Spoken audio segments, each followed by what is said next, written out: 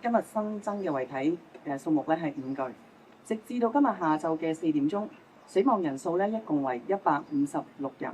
而初步已經辨認咗嘅遺體咧係有127具，而尚待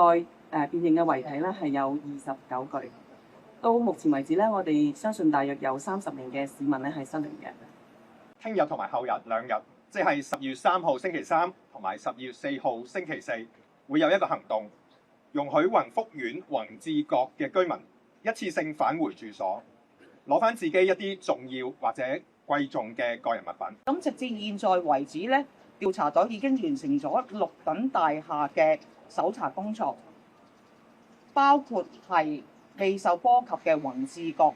而剩翻嘅2棟大廈，即係宏新閣同埋呢個宏昌閣咧，會等埋 DVRU 完成搜索工作咧，調查隊咧係會進入去咧作呢個搜證嘅工作嘅。